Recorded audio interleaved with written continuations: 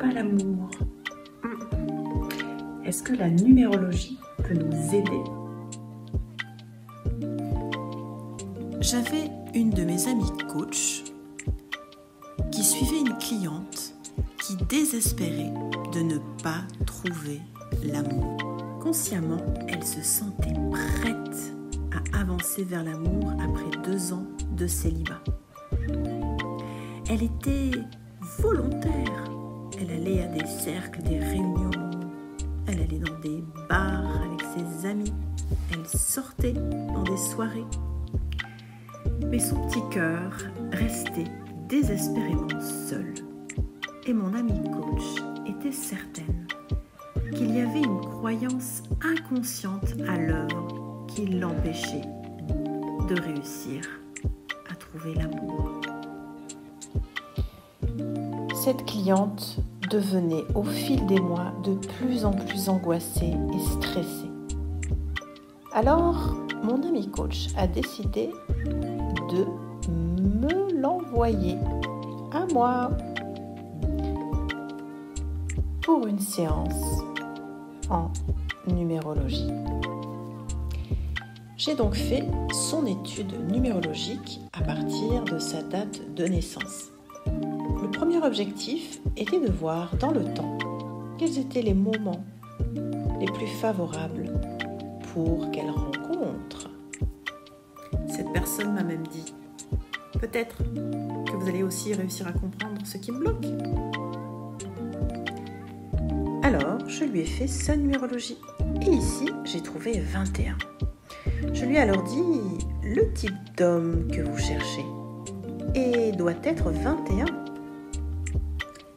Vous avez besoin d'un homme prévenant, attentif, plutôt intellectuel, mais réceptif à son féminin. Il pourrait même être maniaque ou tatillon, que ça ne vous gênerait pas. »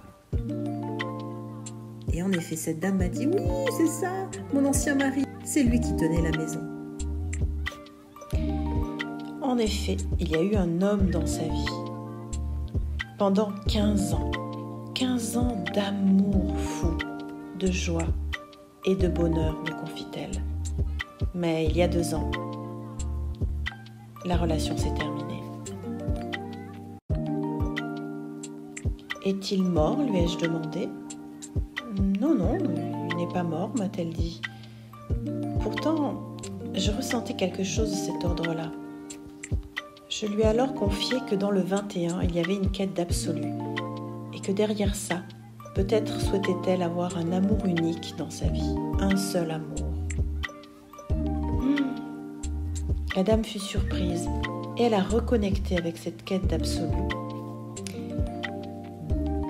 Malgré la croyance consciente de vouloir trouver l'amour, dans l'iceberg, dans l'inconscient, il y avait cette croyance que un tel fort amour ne pouvait être qu'unique et qu'elle n'en retrouverait jamais d'autre.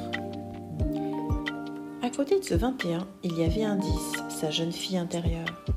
Et la pression posée sur ce 21 mettait une nouvelle pression sur le 10 et qui créait beaucoup d'insécurité. Une fois que la croyance inconsciente était remontée à la conscience, alors la coach a pu travailler, mettre au travail cette croyance inconsciente avec sa cliente. Ainsi, elle est passée de « je ne trouve pas l'amour » à « je trouve l'amour ». Elle a réussi, enfin, à vivre la vie qu'elle souhaitait. Suite à cette expérience, mon amie coach, qu'est-ce qu'elle a fait?